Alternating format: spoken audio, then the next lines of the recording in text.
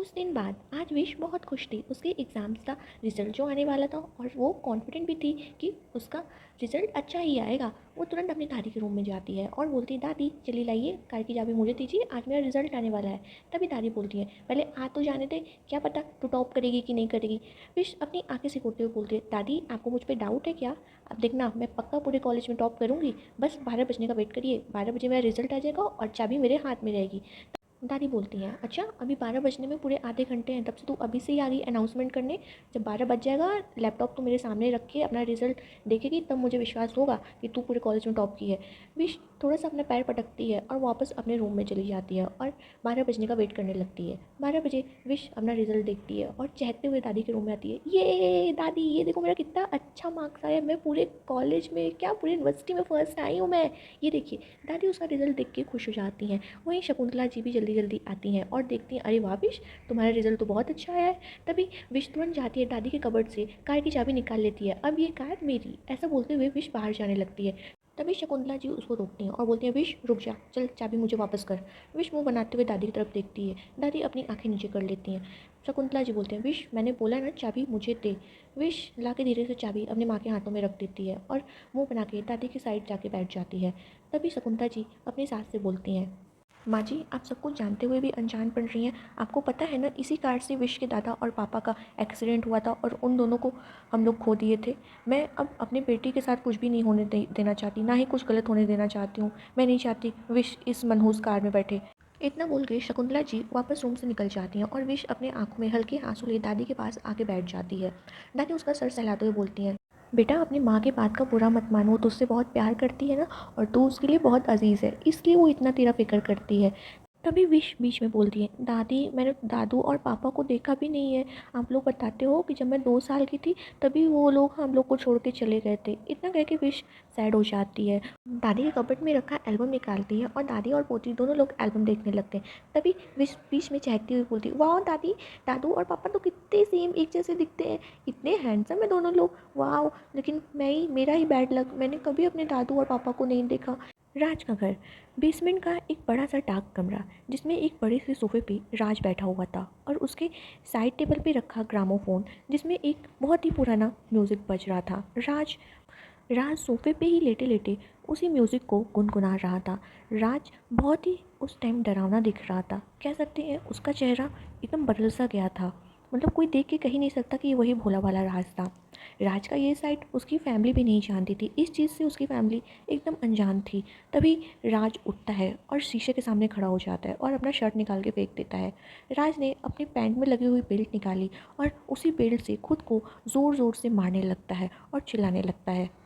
इधर विश जो कि राज को कब से फ़ोन ट्राई कर रही थी, राज उसी टाइम अपना फ़ोन चेक करता है और उसके फेस पे एक रहस्यमयी मुस्कान आती है। राज विश का नंबर शो होते हुए देखता है और फ़ोन साइलेंट करके सोफे पे फेंक देता है। इधर विश खुद में ही बड़बड़ करके बोलती है, एक तो ये राज का जब से न्यू जॉब लगा हुआ है तब से इसके पास टाइम ही नहीं रहता है मुझसे बात करने का। जब भी फ़ोन करती हूँ 2-3 बार रिंग जाता है, उसके बाद कहीं से उठाता है ये फ़ोन और फिर 2 मिनट बात करके फ़ोन रख देता है। ऐसा लगता है पूरी दुनिया में बस इसी को अच्छी जॉब मिली है, यही बहुत बिजी है, इसी के पास टाइम नहीं है। चलो कोई बात नहीं, रह भी तो नहीं सकती मैं इसके बिना, एक वॉइस मैसेज ही कर देती हूँ। विश राज को वॉइस मैसेज भेज के सो जाती है। इधर राज का फ़ोन बीप करता है। राज फिर अपने फ़ोन की तरफ पलट के देखता है और विश का वॉइस मैसेज सुन के फिर फ़ोन वापस फेंक देता है सोफे पे और शीशे के सामने खड़े होकर फिर से खुद को मारने लगता है। 2 घंटे बाद राज अपने बेसमेंट के रूम से निकलता है और रिमोट से अपना डोर लॉक करके सीधे अपने रूम में चला जाता है और जाके अपने बेड पे लेट जाता है और आँख बंद करके एक रहस्यमयी मुस्कान के साथ कुछ सोचने लगता है। विश के घर में, माँ आज मैं राज के घर से होते हुए जाऊँगी। देखिए ना जब से इसकी जॉब लगी है तब से ना ही ये मुझे फ़ोन करता है ना ही मेरा फ़ोन उठाता है, और उठाता भी है तो ठीक से बात नहीं करता। ज़रा जाके देखो तो चल क्या रहा है इस गधे के माइंड में। माँ बोलती है, अच्छा ठीक है जाके देख ले, लेकिन जल्दी से चले आना, कैफ़े में कोई नहीं है और जैक भी आज छुट्टी पे है तो हम दोनों लोग को ही काम करना पड़ेगा पूरा। विश हाँ में सर हिलाती है और वहाँ से राज के घर की तरफ निकल जाती है। थोड़ी देर में विश राज के घर पहुंच जाती है और उसकी मम्मी से बोलती है, हाय आंटी गुड मॉर्निंग, राज किधर है? 2 दिन से उसने मुझे फ़ोन नहीं किया है और ना ही मेरा फ़ोन उठाया है, किधर है राज? अरे विश राज तो अपने कमरे में, जा जाके देख ले। विश राज के कमरे में जाती है। वो राज का डोर नॉक करके अंदर जाती है। वहीं राज जो कि अभी भी नहा के बाथरूम से बाहर आया था और और मिरर के सामने खड़े होकर ड्रायर से अपना बाल सुखा रहा था। तभी विश अंदर पहुंच जाती है। हाय राज, सरप्राइज। राज विश को देख के शॉक हो जाता है और तुरंत पलट जाता है विश की तरफ। राज को डर रहता है कि कहीं उसकी पीठ पे पड़ा हुआ निशान विश देख के उससे क्वेश्चन न पूछने लगे। तभी राज विश से बोलता है, अरे विश, अचानक से तुम यहाँ। विश आके राज को हल्का सा हक करके बोलते हैं, राज तुम 2 दिन से मेरा फ़ोन नहीं उठाए, मुझे टेंशन नहीं होगा क्या? और तुम होगी पता नहीं कौन सी जॉब है तुम्हारी जो मेरे लिए तुम्हारे पास टाइम ही नहीं है। राज को डर था कि कहीं विश उसके पीठ पे पड़ा हुआ निशान देख ना ले। तभी वो विश को खुद से थोड़ा सा अलग करके बोलता है, विश प्लीज़ मुझे मेरे कबर्ड में जो वाइट शर्ट रखी है दे दो, निकाल के मैं पहन लूँ। एक्चुअली मैं अनकंफर्टेबल हो रहा हूँ तुम्हें देख के, तुम्हारे सामने थोड़ा सा शर्म आ रही है मुझे। तभी विश राज को छेड़ते हुए बोलती है, अच्छा उस दिन तो पड़ा मुझे तुम ज्ञान दे रहे थे संस्कारी होने का, आज खुद संस्कारी बन रहे हो। खम ऑन राज, अब हमारी शादी होने वाली है। विश उसके चेस्ट पे उंगली चलाते हुए बोलती है। तभी राज उसको बोलता है, प्लीज़ ना विश दे दो, I am uncomfortable. Wish shirt निकालती है और एक झटके से राज को पीछे घुमा देती है। राज एकदम शॉक हो जाता है, लेकिन विश एकदम नॉर्मल रहती है और बोलती है, चलो आज मैं तुम्हें शर्ट पहनाऊंगी। विश राज को शर्ट पहनाने लगती है, लेकिन विश का रिएक्शन एकदम नॉर्मल रहता है। राज ये देख के शॉक हो जाता है। तभी विश जो रहती है वो राज के शर्ट का बटन लगाने लगती है। राज उसका हाथ पकड़ लेता है और बोलता है, बहुत जल्दी है तुम्हें मेरे शर्ट का बटन लगाने के लिए, और अपने लिप्स को विश के लिप्स के करीब ले जाने लगता है। विश थोड़ा सा दूर होती है और बोलती है, जल्दी से रेडी हो, मैं बाहर वेट कर रही हूँ।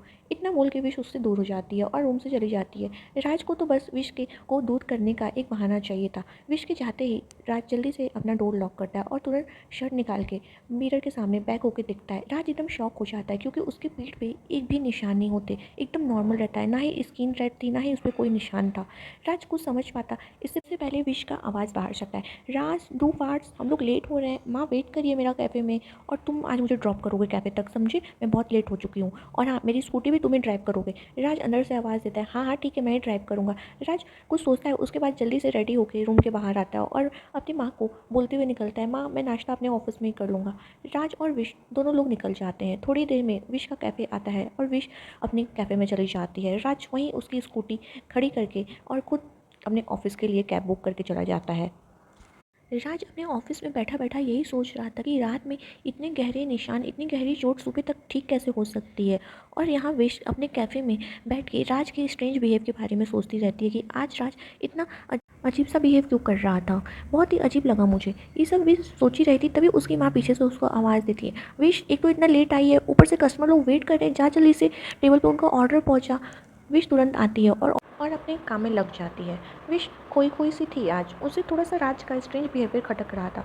शाम को करीब 7:30 बजे विश का फ़ोन रिंग होता है। राज का कॉल फ्लैश होता रहता है। विश कॉल देख के खुश हो जाती है, उसके फेस पे एक बहुत ही बड़ी वाली स्माइल आ जाती है। राज कॉल पे बोलता है, हेलो विश, तुम घर तो नहीं गई हो? कैफ़े पे ही रहना, मैं 10 मिनट में पहुंच रहा हूँ, तुम्हारे लिए सरप्राइज़ है, हम लोग आज कहीं बाहर डिनर करने चलेंगे। विश सुनती है, बोलती है, नो राज, नॉट पॉसिबल, आज कस्टमर बहुत है और जैक भी छुट्टी पे है, तो सारा काम मुझे और माँ को ही देखना है, कभी कभी और चलते हैं ना प्लीज़। विश थोड़ा सा स्वीट वॉइस में राज से बोलती है। राज जो कि विश की बातें सुन के इरिटेट होता रहता है और वो तुरंत अपनी मुट्ठी बांध लेता है और अपना गुस्सा पीते हुए बोलता है, इट्स ओके। विश बोलती है, तुम मुझसे नाराज़ तो नहीं हो ना राज? सॉरी ना, अब देखो माँ के साथ हेल्प भी कराना तो ज़रूरी है ना। राज बहुत ही फेक वॉइस में बोलता है, नहीं मैं तुमसे नाराज़ ही होऊंगा, आखिर तुम मेरी जान जो हो। अच्छा ठीक है, तो अपना काम कर लो, मैं भी बस ऑफिस से निकली रहा हूँ, हो सकेगा टाइम से आ जाऊँगा तो कैफ़े में मिलते हुए तुमसे जाऊँगा। विश बोलती है, okay Raj, love you so much. Raj बोलता है, मी टू। इतना बोल के राज फ़ोन कट कर देता है और विश भी फ़ोन कट करके अपने काम में लग जाती है। रात का वक्त करीब 9:30 बजे विश अपने रूम में रेस्ट करती रहती है और अपना फ़ोन स्क्रॉल करती रहती है। तभी विश के मन में ख्याल आता है, ओ गॉड, आज राज को मैंने हर्ट कर दिया, बेचारा कितने दिन बाद तो मुझे बोला डिनर पे चलने के लिए और मैंने उसको मना कर दिया, इतना वो बुरा मान रहा होगा ना, मैं उसको कॉल कर लेती हूँ एक बार। विश राज को कॉल करती है। तभी रिंग जाने से पहले वो तुरंत फ़ोन कट कर देती है और उसके चेहरे पे एक प्यारी सी स्माइल आ जाती है। वो खड़े होकर मिरर के सामने बोलती है, राज को मुझको सरप्राइजेस देने का बहुत शौक है ना, आज मैं उसको सरप्राइज़ देती हूँ। विश तुरंत अपने स्कूटी की चाबी उठाती है और अपने माँ को बोलती है कि मुझे अपने फ्रेंड से एक इंपॉर्टेंट नोट्स लेना है, वो बाहर ही खड़ी है थोड़ी दूर पे, मैं लेके आती हूँ। इतना बोल के माँ के कुछ बोलने से पहले वो घर से निकल जाती है। तभी विश की दादी विश की माँ से बोलती हैं, देख शकुंतला, मैं इस लड़की के रग रग से वाकिफ़ हूँ, ये अपने किसी फ्रेंड से मिलने नहीं गई, ये राज के घर गई है राज से मिलने, देख लेना, कल तो सुबह उसकी माँ को फ़ोन करके वो खुद पता कर लेना, ये राज से ही मिलने गई है। उसकी माँ दादी को देख के हल्का सा स्माइल करती हैं, फिर किचन के कामों में लग जाती हैं और दादी भी अपना पाठ करने लगती हैं। राज का घर विश के घर से बस थोड़ी ही दूर पे था, तो इसीलिए विश 5 मिनट में ही राज के घर पहुंच जाती है। डोर का बेल बजाती है, सामने राज की माँ खड़ी रहती हैं, बोलती हैं, अरे विश, इस टाइम विश बोलती है, आंटी राज कहाँ है, मुझे उसको सरप्राइज़ देना है। इतना बोलते ही उसकी माँ का बात सुने बिना ही विश अंदर घुस जाती है। राज की माँ फिक्र के साथ दरवाज़ा बंद कर देती हैं। तभी विश चारों तरफ देखती है और पूछती है, आंटी राज कहाँ है, दिख नहीं रहा है। राज की माँ बोलती हैं, तू बैठ, मैं उसको बुलाती हूँ। फिर वो राज का फ़ोन ट्राई करने लगती हैं। विश को थोड़ा अजीब लगता है और बोलती है, राज घर में ही है ना आंटी, तो आप उसको फ़ोन क्यों कर रही हैं।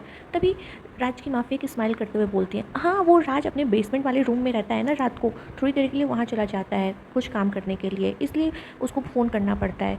तो विश को थोड़ा अजीब लगता है ये बात सुन के कि बेसमेंट का रूम, राज ने तो उसके बारे में मुझे कभी नहीं बताया।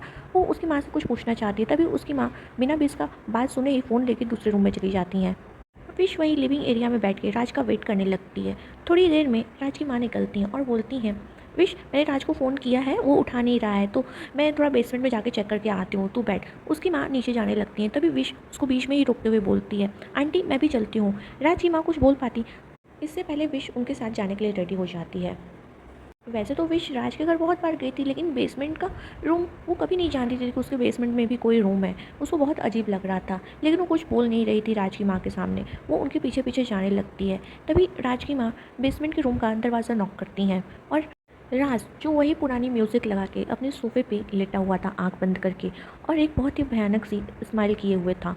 डोर नॉक की आवाज़ सुनते ही राज की स्माइल गायब हो जाती है और वो अपनी आँखें खोल देता है।